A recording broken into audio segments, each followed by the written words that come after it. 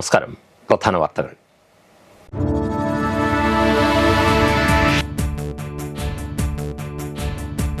നവകേരള യാത്രയ്ക്കിടെ മുൻ മുഖ്യമന്ത്രിയുടെ ഗൺമാന്മാർ യൂത്ത് കോൺഗ്രസ് KSU നേതാക്കളെ തല്ലിച്ചതച്ചതിൽ തുടരന്വേഷണം. ദൃശ്യങ്ങൾ പകർത്തിയ മാധ്യമപ്രവർത്തകൻ ജോജി മോന്റെ മൊഴിയെടുത്ത് SIT.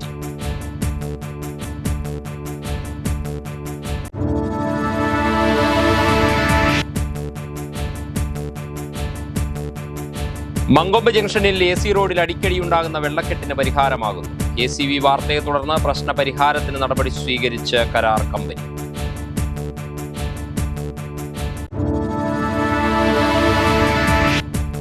Kerala vision connect and win പദ്ധതിയുടെ ഏപ്രിൽ മാസത്തെ വിജയികളെ പ്രഖ്യാപിച്ചു. വിജയികൾക്ക് ലഭിക്കുന്നത് ഇലക്ട്രിക് ബൈക്കുകൾ, ടെലിവിഷൻ, ബമ്പർ സമ്മാനമായി ഇലക്ട്രിക് കാർ എന്നിവ.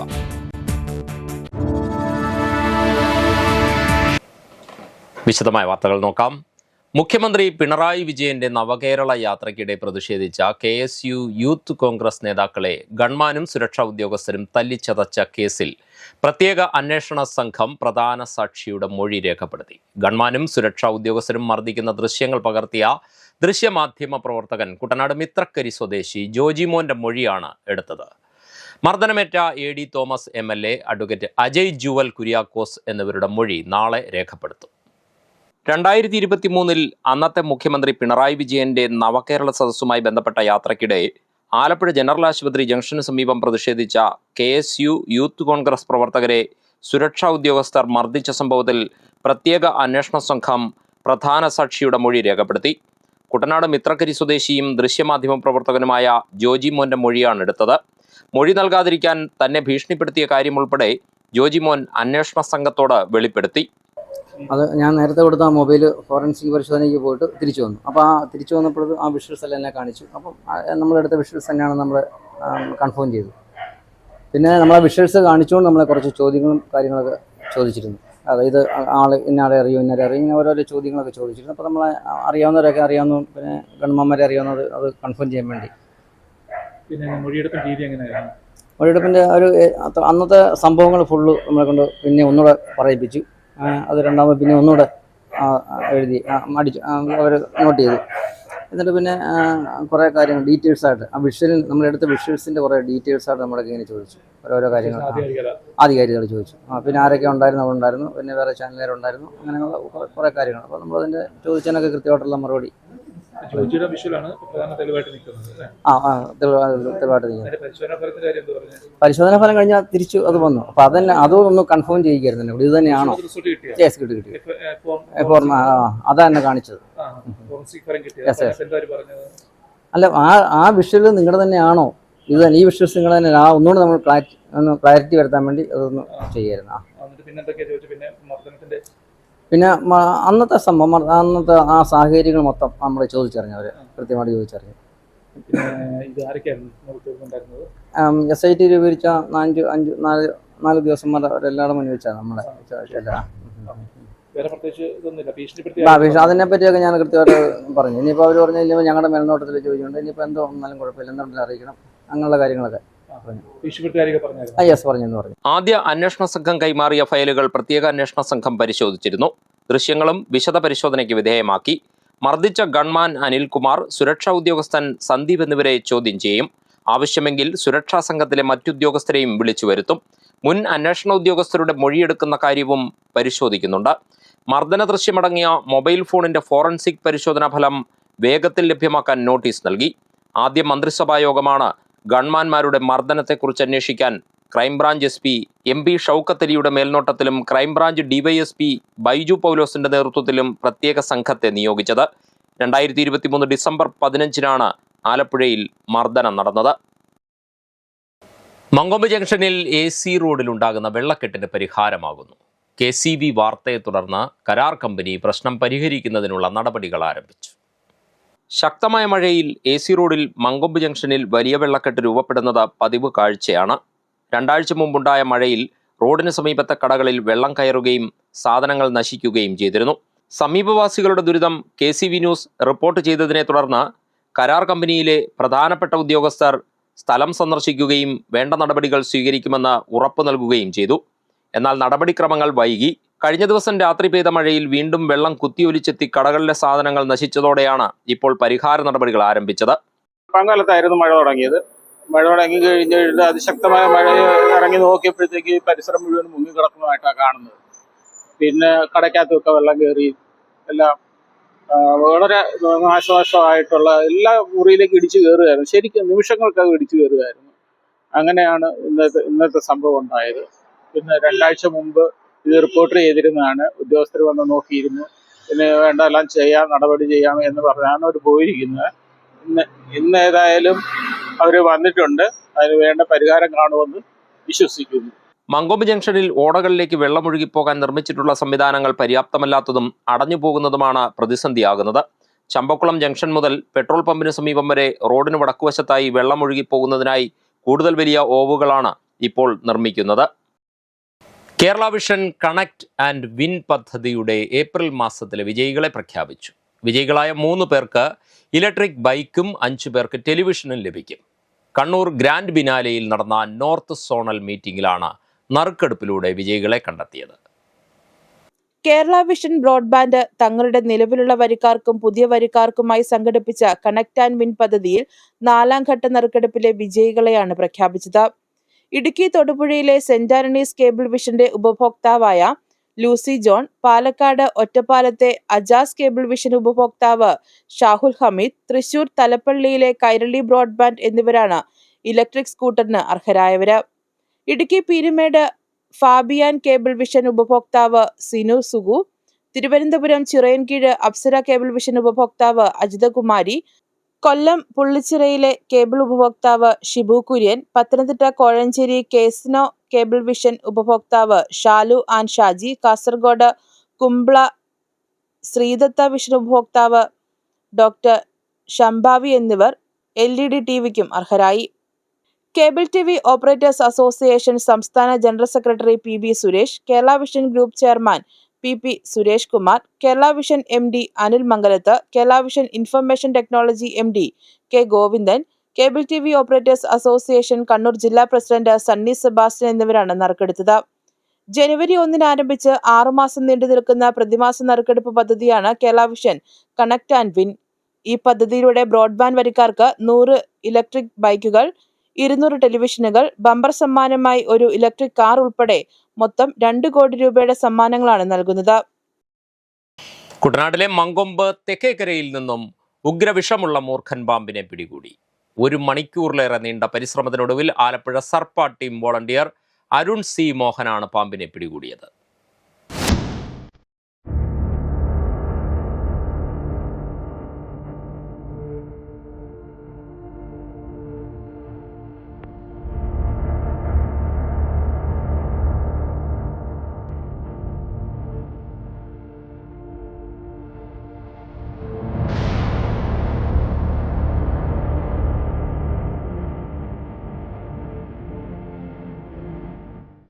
ചമ്പക്കുളം ഗ്രാമപഞ്ചായത്ത് 2ാം വാർഡിൽ ഹരിമന്ദിരത്തിൽ ഹരിദാസിന്റെ വീട്ടിലാണ് ഉഗ്രവിഷമുള്ള മൂർഖൻ പാമ്പിനെ രാവിലെ 8 മണിയോടെ കണ്ടത്. നിർമ്മാണം നടക്കുന്ന വീടിന് സമീപം കൂട്ടിയിട്ട സാധന സാമഗ്രികൾ എടുക്കാനെത്തിയ ജോലിക്കാരാണ് പാമ്പിനെ ആദ്യം കണ്ടത്. വീട്ടുകാർ വിവരമറിയിച്ചതിനെ തുടർന്ന് Alappuzha Sarpa team volunteer Arun C മോഹനും സഹായി നവീനും സ്ഥലത്തെത്തി. മഴയെ തുടർന്ന് പ്രദേശമാകെ വെള്ളക്കെട്ടായിരുന്നു. കെട്ടിടാവശിഷ്ടങ്ങൾക്കിടയിൽ വെള്ളത്തിൽ മുങ്ങിക്കിടക്കുകയായിരുന്ന പാമ്പിനെ 1 മണിക്കൂറിലേറെ നീണ്ട പരിശ്രമത്തിനൊടുവിലാണ് അരുൺ പിടികൂടിയത്. വീടും പരിസരവും വൃത്തിയാക്കിയിട്ടില്ലെങ്കിൽ എലിക്ക് പിന്നാലെ പാമ്പും വരുമെന്ന് അരുൺ പറയുന്നു. മൂർഖൻ പാമ്പിനെ കണ്ടെന്നാണ് അവർ വിളിച്ചത്. നമ്മൾ സ്ഥലത്ത് വന്നു. ഒരു സ്ലാബിന്റെ അടിയിലാണ് പാമ്പ് ആദ്യം ഇരുന്നത്. ഇവിടുത്തെ പ്രശ്നം വെച്ചാൽ വീട് പണിയൊക്കെ നടക്കുന്നതുകൊണ്ടാണെന്ന് അറിയില്ല, അത്യാവശ്യം ബിൽഡിംഗ് വേസ്റ്റുകളും കാര്യങ്ങളൊക്കെ കൂട്ടിയിട്ടുണ്ട്. അപ്പം ഇങ്ങനെയുള്ള കുഴപ്പമെന്ന് വെച്ചാൽ നമുക്ക് ഒരുപാട് എലികളെ അവിടെ കാണാൻ സാധിച്ചു. അപ്പോൾ എലി ഉള്ളത് കൊണ്ട് തന്നെ പാമ്പ് വരും. അല്ലാതെ നമ്മളെ കടിക്കാൻ കടിക്കാനല്ല പാമ്പ് വരുന്നത്. എലി ഉണ്ടെങ്കിൽ പാമ്പ് വരും, എലി ഇല്ലെങ്കിൽ പാമ്പ് വരത്തില്ല. അപ്പോൾ ചെയ്യേണ്ട കാര്യം പരിസരം ഒന്ന് വൃത്തിയാക്കി ഇടുക. അതിന്റെ കൂട്ടത്തിൽ നമ്മുടെ ജീവനും കൂടെ നമുക്ക് സേഫ്റ്റി ആക്കാൻ പറ്റും. അതാണ് പറയാനുള്ളത്. പാമ്പുകളെ ചാകാതിരിക്കാനും അതുപോലെ തന്നെ നമ്മുടെ മനുഷ്യർക്ക് പ്രശ്നങ്ങളൊന്നും ഉണ്ടാകാതിരിക്കാനും. പാമ്പുകൾ ചത്തു കഴിഞ്ഞാൽ എലിയുടെ എണ്ണം കൂടും. അപ്പോൾ അതിനെ സംരക്ഷിക്കലാണ് നമ്മുടെ ജോലി. ഇതിനകത്ത് ഒരു ഫ്രീ സർവീസാണ്. പാമ്പുകളെ കൊണ്ട് കണ്ടു കഴിഞ്ഞാൽ വിളിച്ചാൽ മാത്രം മതി. അതിനകത്ത് വേറെ ചെലവുകളും കാര്യങ്ങളൊന്നും ആർക്കും ഇല്ല. ആലപ്പുഴ കളർകോട് തൂക്കുകുളം സ്വദേശിയാണ് അരുൺ. 6 വർഷമായി സർപ്പ ടീമിൽ പ്രവർത്തിക്കുന്നു. മങ്കൊമ്പ് സിവിൽ സ്റ്റേഷന് സമീപം മരത്തിൽ കണ്ട മൂർഖൻ പാമ്പിനെ അടക്കം 450-ലേറെ പാമ്പുകളെ പിടികൂടിയിട്ടുണ്ട്. പ്രൈവറ്റ് സ്ഥാപനത്തിലെ ജോലിക്കിടയിലാണ് സേവനം. പിടികൂടുന്ന പാമ്പുകളെ റാപ്പിഡ് റെസ്പോൺസ് ടീമിന് കൈമാറും. ഇവർ ഇതിനെ വനത്തിൽ തുറന്നുവിടും. പാമ്പിനെയും മനുഷ്യരെയും സുരക്ഷിതരാക്കുകയാണ് സർപ്പ ടീമിന്റെ ലക്ഷ്യമെന്നും അരുൺ പറയുന്നു. ശാസ്ത്ര സാങ്കേതിക മേഖലകളിൽ രാജീവ് ഗാന്ധിയുടെ സംഭാവന വളരെ വലുതാണെന്ന് കോൺഗ്രസ് കുന്നന്താനം മണ്ഡലം കമ്മിറ്റി. രാജീവ് ഗാന്ധി 35ാം രക്തസാക്ഷിത്വ ദിനത്തോടനുബന്ധിച്ച് കുന്നന്താനത്ത് നടത്തിയ അനുസ്മരണ സമ്മേളനത്തിൽ പങ്കെടുത്ത് സംസാരിക്കുകയായിരുന്നു നേതാക്കൾ. മണ്ഡലം കോൺഗ്രസ് കമ്മിറ്റി പ്രസിഡന്റ് മാന്താനം ലാലൻ അധ്യക്ഷത വഹിച്ച യോഗം ജില്ലാ കോൺഗ്രസ് കമ്മിറ്റി അംഗം സുരേഷ് ബാബു പാലാഴി ഉദ്ഘാടനം ചെയ്തു.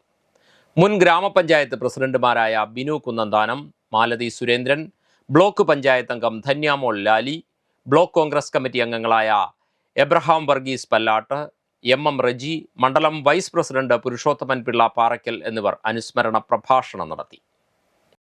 ബി രാധാമണി ടീച്ചറുടെ നിലാവെളിച്ചം കഥാസമാഹാരം പ്രകാശനം ചെയ്തു. 17 ചെറുകഥകളുടെ സമാഹാരമാണ് നിലാവെളിച്ചം. എഴുത്തുകാരനും ചിന്തകനുമായ ഫിലിപ്പോസ് തത്തമ്പള്ളി പ്രകാശന കർമ്മം നിർവഹിച്ചു.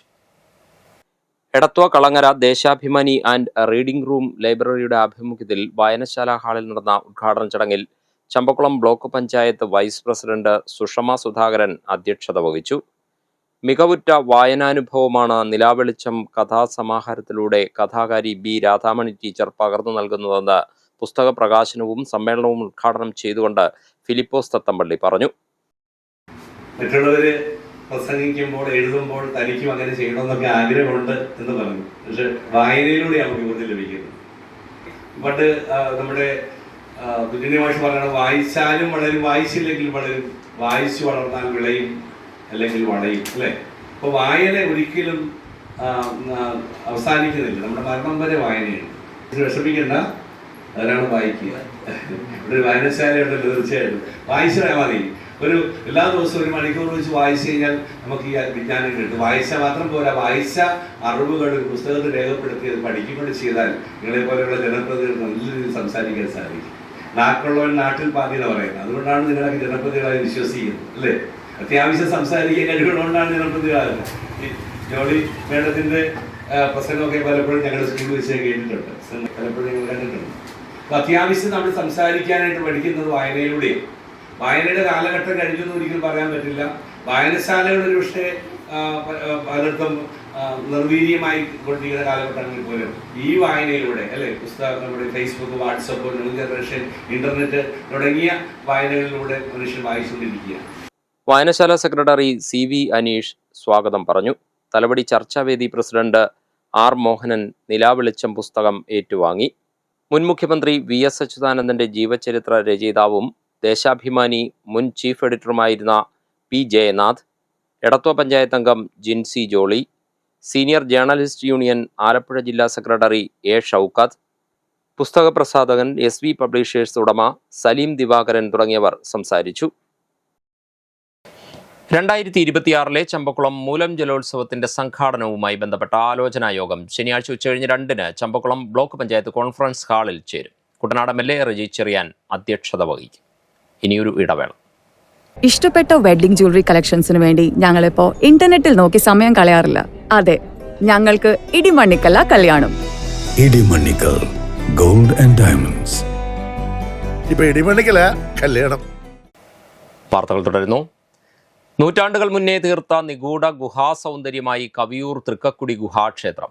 AD 8-ാം നൂറ്റാണ്ടിൽ പല്ലവ രഥശില്പശൈലിയിൽ നിർമ്മിക്കപ്പെട്ട ക്ഷേത്രമാണ് കവിയൂർ തൃക്കക്കുടി ഗുഹാക്ഷേത്രം. പത്തനംതിട്ട ജില്ലയിലെ തൃക്കവിയൂർ മഹാദേവ ക്ഷേത്രത്തിൽ നിന്നും 1.5 കിലോമീറ്റർ വടക്കുമാറി ഏകദേശം 5.5 ഏക്കറോളം വിസ്തൃതിയിൽ ഉയർന്ന് മുഖാമുഖം സ്ഥിതി ചെയ്യുന്ന 2 പാറക്കെട്ടുകളിലൊന്നിലാണ് ഈ ക്ഷേത്രം നിർമ്മിക്കപ്പെട്ടിട്ടുള്ളത്. പത്തനംതിട്ട ജില്ലയിലെ തിരുവല്ലയ്ക്കടുത്തുള്ള കവിയൂരിലെ ശാന്തമായ ഭൂപ്രകൃതിയിൽ സ്ഥിതി ചെയ്യുന്ന കവിയൂർ തൃക്കക്കുടി ശിവക്ഷേത്രം 8-ാം നൂറ്റാണ്ടിലെ കേരളത്തിലെ ഏറ്റവും പഴക്കം ചെന്ന ഗുഹാക്ഷേത്രങ്ങളിലൊന്നായി നിലകൊള്ളുകയാണ്. ശിവന് സമർപ്പിച്ചിരിക്കുന്ന ഈ ക്ഷേത്രം പല്ലവ ശൈലിയിലുള്ള വാസ്തുവിദ്യയുടെ അത്ഭുതമാണ്. ഇത് ചരിത്രപ്രേമികൾക്കും ഭക്തർക്കും ഒരുപോലെ ഒഴിച്ചുകൂടാനാകാത്ത സ്ഥലമായി മാറുകയാണ്. ക്ഷേത്രത്തിന്റെ വാസ്തുവിദ്യയ്ക്ക് പല്ലവ രഥശൈലിയോട് സാമ്യമുണ്ട്. ഇത് ഏകശില ശൈലിയിലെ പാറ മുറിച്ച പാരമ്പര്യമാണ്. ഒരൊറ്റ പാറയിൽ കൊത്തിയെടുത്ത ശ്രീകോവിലിൽ ഒരു ശിവലിംഗമുണ്ട്. ഇത് ഈ പുരാതന സ്ഥലത്തെ ദൈവിക സാന്നിധ്യത്തെ പ്രതീകപ്പെടുത്തുന്നു. കേരളത്തിലെ ശില്പകലയുടെ ആദ്യകാല ഉദാഹരണങ്ങളിൽ ഒന്നാണ് ക്ഷേത്രത്തിലെ ശിലാകൊത്തുപണികൾ. പ്രദേശത്തിന്റെ സമ്പന്നമായ ഭൂതകാലത്തിലേക്ക് അതുല്യമായ ഒരു കാഴ്ചപ്പാട് പ്രദാനം ചെയ്യുന്നുണ്ടിത്. തൃക്കക്കുടി ഗുഹാക്ഷേത്രം പുരാണങ്ങളിൽ നിറഞ്ഞു നിൽക്കുന്നു. ഐതിഹ്യങ്ങൾ പാണ്ഡവരുടെ വനവാസ കാലത്ത് അതിനെ ബന്ധിപ്പിച്ചിരിക്കുന്നു. നിത്യപ്രാർത്ഥനകൾക്കായി അവർ ക്ഷേത്രം പണിയുകയും ഇവിടെ ശിവലിംഗം പ്രതിഷ്ഠിക്കുകയും ചെയ്തതായി പറയപ്പെടുന്നു. ഇടതുഭാഗത്ത് ഗണപതിയുടെ ശില്പവും വലതുഭാഗത്ത് ജഡധാരിയായ മുനിയുടെ ശില്പവും കൊത്തിയിട്ടുണ്ട്. ഇതിനകം കൗതുകമുണർത്തുന്ന ചരിത്രത്തിലേക്ക് നിഗൂഢതയുടെ ഒരു പാളി ചേർത്തുകൊണ്ട് ക്ഷേത്രം പൂർത്തിയാകാതെ തുടരുന്നു. ആത്മീയ പ്രാധാന്യത്തിനപ്പുറം ക്ഷേത്രം അതിന്റെ സങ്കീർണമായ കൊത്തുപണികളും വാസ്തുവിദ്യാ സവിശേഷതകളും പഠിക്കുവാൻ വരുന്ന ചിത്രകാരന്മാർക്കും പണ്ഡിതന്മാർക്കും സഞ്ചാരികൾക്കും ഒരു കേന്ദ്രമാണ്. ക്ഷേത്രത്തിന്റെ മേൽനോട്ടം വഹിക്കുന്ന തിരുവിതാംകൂർ ദേവസ്വം ബോർഡ് പുരാവസ്തു വകുപ്പുമായി ചേർന്ന് ഈ പുരാതന നിധികൾ ഭാവി തലമുറയ്ക്കായി സംരക്ഷിക്കുവാൻ പ്രവർത്തിക്കുന്നു. തൃക്കക്കുടി ഗുഹാക്ഷേത്ര ദർശനം ഒരു ആത്മീയ യാത്ര മാത്രമല്ല, പഴയകാല കേരളത്തിന്റെ വാസ്തുവിദ്യാ വൈഭവം വീക്ഷിക്കുന്നതിനുള്ള അവസരം കൂടിയാണ്. ക്ഷേത്രം ഭൂതകാലവും വർത്തമാനവും തമ്മിലുള്ള വിടവ് നികത്തുന്ന അദ്വൈതവും അവിസ്മരണീയവുമായ അനുഭവം പ്രദാനം ചെയ്യുന്നു. ഇപ്പോൾ പുരാവസ്തു വകുപ്പിന്റെ സംരക്ഷണയിലാണ് തൃക്കക്കുടി ഗുഹാക്ഷേത്രം. തിങ്കളാഴ്ച ഒഴിച്ചുള്ള ദിവസങ്ങളിൽ ഇവിടെ സന്ദർശകർക്ക് പ്രവേശനമുണ്ട്. ഈ ഗുഹാക്ഷേത്രത്തിന്റെ ചരിത്ര പ്രാധാന്യത്തിനനുസരിച്ച് ഒരു സംരക്ഷണ പ്രവർത്തനങ്ങളോ വികസന പ്രവർത്തനങ്ങളോ നടന്നിട്ടില്ല എന്നതും മറ്റൊരു യാഥാർത്ഥ്യമാണ്. SNDP കുട്ടനാട് യൂണിയന്റെയും കേരള ബോഡിഫൈയുടെയും സംയുക്താഭിമുഖ്യത്തിൽ സംഘടിപ്പിക്കുന്ന ഫുഡ് ആൻഡ് പൾസ് തെറാപ്പി സൗജന്യ മെഡിക്കൽ ക്യാമ്പിന് തുടക്കം. രാമങ്കരി 7-ാം നമ്പർ SNDP ശാഖാങ്കണത്തിൽ 10 ദിവസമാണ് ക്യാമ്പ് നടക്കുന്നത്. ജീവിതശൈലി രോഗങ്ങളാൽ ബുദ്ധിമുട്ടുന്നവർക്ക് ഏറെ പ്രയോജനമാകുന്ന ഒന്നാണ് ഫുഡ് ആൻഡ് പൾസ് തെറാപ്പി. തെറാപ്പിയിലൂടെ രോഗപ്രതിരോധത്തിനും രോഗശമനത്തിനും വഴിയൊരുക്കും. 10 ദിവസത്തെ ചികിത്സ കൊണ്ട് ജീവിതശൈലി രോഗങ്ങൾക്ക് മാറ്റവും പ്രതിരോധശേഷി വർദ്ധിക്കുകയും ചെയ്യും. വ്യാഴാഴ്ച രാവിലെ ആരംഭിച്ച ക്യാമ്പ് ശനിയാഴ്ച സമാപിക്കും. രാവിലെ 9:30 മുതൽ 4:30 വരെയാണ് ക്യാമ്പിന്റെ പ്രവർത്തന സമയം. വ്യാഴാഴ്ച നടന്ന ചടങ്ങിൽ SNDP Yogam Kuttanad union vice chairman MD Omanakuttan ഉദ്ഘാടനം നിർവഹിച്ചു. പ്രമേഹം തൊട്ട് മറവിയും പക്ഷാഘാതവും തൈറോയിഡും ഉറക്കമില്ലായ്മയും മൈഗ്രെയിനും സ്പോണ്ടിലസും തുടങ്ങിയിട്ടുള്ള പിന്നെ കാൽമുട്ട് വേദന, ശരീരവേദന, നടുവേദന, അങ്ങനെ പല നമ്മളെ ബാധിക്കുന്ന നമ്മളെ ബുദ്ധിമുട്ടിക്കുന്ന പല ജീവിതശൈലി രോഗങ്ങൾക്കും നമ്മളൊക്കെ ഭാരിച്ച തുക ചെലവാക്കിക്കൊണ്ടുള്ള ഒരു ട്രീറ്റ്മെന്റ് സംവിധാനമാണ് ചെയ്തുകൊണ്ടിരിക്കുന്നത്. കിടപ്പാടം പോലും പണയപ്പെടുത്തുന്ന രീതിയിലേക്ക് പല രോഗങ്ങൾക്കും വൻകിട ആശുപത്രികളെ ആശ്രയിക്കേണ്ട ഒരു സ്ഥിതിവിശേഷം ഇന്ന് കേരളത്തിലെ സംജാതമാണ്. ഈ ഒരു ട്രീറ്റ്മെന്റിന്റെ പ്രത്യേകത എന്ന് പറയുന്നത് ഓപ്പറേഷന്റെ ആവശ്യമില്ല, മെഡിസിൻ ആവശ്യമില്ല, ഫർദർ ട്രീറ്റ്മെന്റിന്റെ ആവശ്യമില്ല. SNDP Yogam Kuttanad union convener Santhosh ശാന്തി അധ്യക്ഷത വഹിച്ചു. Camp coordinator Vayalar Rajeevan camp വിശദീകരണം നടത്തി. സജിനി മോഹൻ, ശാഖായോഗം പ്രസിഡന്റ് ജിമോൻ കാരാഞ്ചേരി, സുഗുണമ്മ ധർമാംഗതൻ തുടങ്ങിയവർ സംസാരിച്ചു. ചമ്പക്കുളം ചെമ്പുംപുറം വൈശ്യംഭാഗം പുളിക്കക്കാവ് ദേവീക്ഷേത്രത്തിൽ തിരുവായുധം എഴുന്നള്ളിപ്പ് നടന്നു. 24 വർഷങ്ങൾക്ക് ശേഷമാണ് ക്ഷേത്രത്തിൽ ചടങ്ങ് നടന്നത്.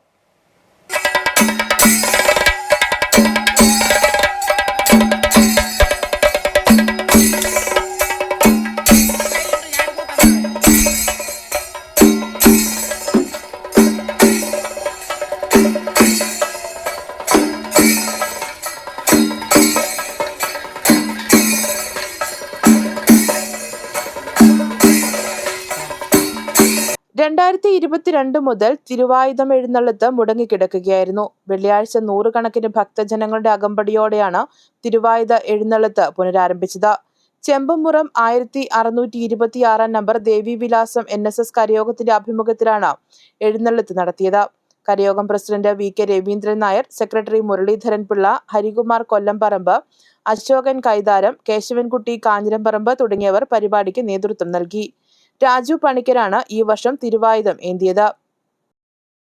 ആലപ്പുഴ ജില്ലയിലെ എല്ലാ മൊബൈൽ ഫോൺ വ്യാപാരികളെയും ടെക്നീഷ്യന്മാരെയും അനുബന്ധ തൊഴിലാളികളെയും സംഘടിപ്പിച്ച് ജില്ലാ കൺവെൻഷൻ നടത്തുമെന്ന് mobile phone engineers and traders association ഭാരവാഹികൾ വാർത്താസമ്മേളനത്തിൽ അറിയിച്ചു. ശനിയാഴ്ച നടക്കുന്ന കൺവെൻഷൻ ജില്ലാ പോലീസ് മേധാവി MP മോഹനചന്ദ്രൻ IPS ഉദ്ഘാടനം ചെയ്യും. Mobile phone engineers and traders association എന്ന് പറഞ്ഞ സംഘടന ഭാഗമായിട്ടാണ് നമ്മൾ ശരിക്കും ഈ ഒരു സംഘടനയായിട്ട് ബന്ധപ്പെട്ട് ഇതൊരു കൂട്ടായ്മയായിരുന്നു. മെഡിക്കൽ ഇപ്പോൾ ഈ ഫീൽഡിലുള്ള മൊബൈൽ ഫോൺ കമ്മ്യൂണിറ്റിയിലുള്ള ആളുകളുടെ മെഡിക്കൽ റിലേറ്റഡ് ആയിട്ടുള്ള ഒരു കൂട്ടായ്മയായിരുന്നു. അതിനെ നമ്മൾ ഈ വർഷമാണ് ഒരു സംഘടനയായിട്ട് രൂപീകരിച്ചത്. അതിൻ്റെ പ്രാധാന്യം എന്ന് വെച്ചാൽ ഈ പോലീസ് കേസുമായിട്ട് ബന്ധപ്പെട്ട് കണ്ടമാനം കോൾസ് വരാൻ തുടങ്ങിയിട്ടുണ്ടായിരുന്നു. ഇപ്പോൾ ഈ ഫ്രോഡ് സെറ്റ് മീൻസ് തെഫ്റ്റ് സെറ്റുകളിലൊക്കെ സിം ഇടുന്ന ഒരു പ്രശ്നം സർവീസിനൊക്കെ വരുന്ന അല്ലെങ്കിൽ യൂസ്ഡ് ഫോണായിട്ട് വരുന്ന സാഹചര്യത്തിൽ അതിൽ നമ്മൾ സ്വാഭാവികമായിട്ട് സിം ഇട്ട് ചെക്ക് ചെയ്യും. ആ ചെക്ക് ചെയ്യുന്നതിന് അവിടെ സൈബർ സെല്ല് ഐഡൻറ്റിഫൈ ചെയ്തിട്ട് നമുക്ക് കോൾ വരും. ആ കോൾ വരുന്ന ഫോൺ പിന്നെ നമ്മുടെ കയ്യിൽ നിന്ന് ആ പേയ്മെൻറ്റ് തിരിച്ചു കൊടുക്കേണ്ട ഒരു സാഹചര്യമൊക്കെ ഉള്ളതുകൊണ്ട് ഇതിനെന്ത് ചെയ്തു, നമ്മൾ സംഘടനയായിട്ട് രജിസ്റ്റർ ചെയ്തു. അതുമായിട്ട് ബന്ധപ്പെട്ടാണ് നമ്മൾ 23-ാം തീയതി ഒരു കൺവെൻഷൻ വെച്ചിട്ടുള്ളത്. അതിൽ പ്രധാന അജണ്ട ഇതാണ്, നമ്മുടെ ഡിജിറ്റൽ ഡോക്യുമെൻറ്റേഷൻ എന്ന് പറയുന്നത്. അപ്പോൾ ഒരു മൊബൈൽ ഫോണ് യൂസ്ഡ് ഫോണായിട്ട് കൊണ്ടുവരുന്നെങ്കിൽ ആ ഫോണ് ഡിജിറ്റലി അതിൻ്റെ പ്രൂഫ് എന്ത് ചെയ്യാം, കളക്ട് ചെയ്തിട്ട് വെരിഫൈ ചെയ്തതിന് ശേഷം മാത്രം കസ്റ്റമർക്ക് പേയ്മെന്റ് കൊടുക്കാന്നുള്ള സംവിധാനം. മൊബൈൽ ഫോൺ മേഖലയിൽ പ്രവർത്തിക്കുന്ന റീറ്റെയിലേഴ്സിന്റെയും ടെക്നീഷ്യൻസിന്റെയും അനുബന്ധ തൊഴിലാളികളുടെയും ക്ഷേമത്തിനും ഉന്നമനത്തിനുമായി പ്രവർത്തിക്കുന്ന പ്രസ്ഥാനമാണ് mobile phone engineers and traders association.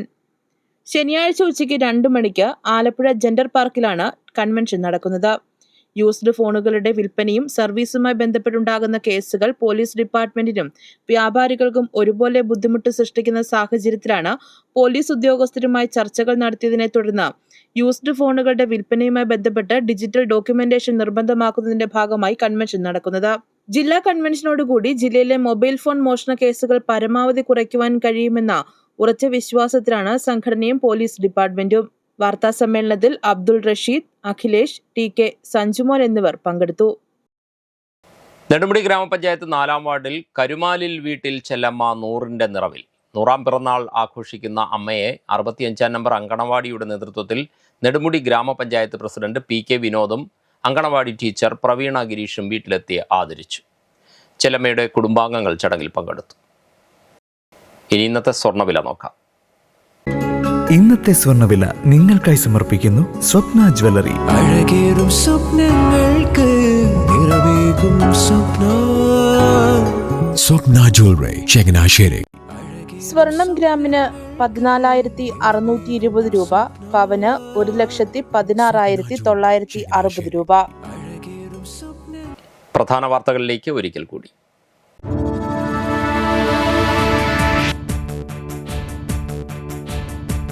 നവകേരള യാത്രയ്ക്കിടെ മുൻ മുഖ്യമന്ത്രിയുടെ ഗൺമാന്മാർ യൂത്ത് കോൺഗ്രസ് KSU നേതാക്കളെ തല്ലിച്ചതച്ചതിൽ തുടരന്വേഷണം. ദൃശ്യങ്ങൾ പകർത്തിയ മാധ്യമപ്രവർത്തകൻ ജോജി മോന്റെ മൊഴിയെടുത്ത് SIT.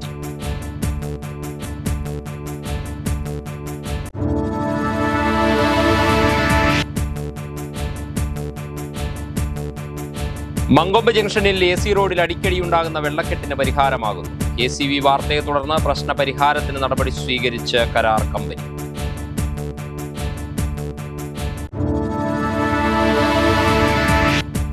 Kerala vision connect and win പദ്ധതിയുടെ ഏപ്രിൽ മാസത്തെ വിജയികളെ പ്രഖ്യാപിച്ചു. വിജയികൾക്ക് ലഭിക്കുന്നത് ഇലക്ട്രിക് ബൈക്കുകൾ, ടെലിവിഷൻ, ബമ്പർ സമ്മാനമായി ഇലക്ട്രിക് കാർ എന്നിവ. വാർത്തകൾ കഴിഞ്ഞു. നമസ്കാരം.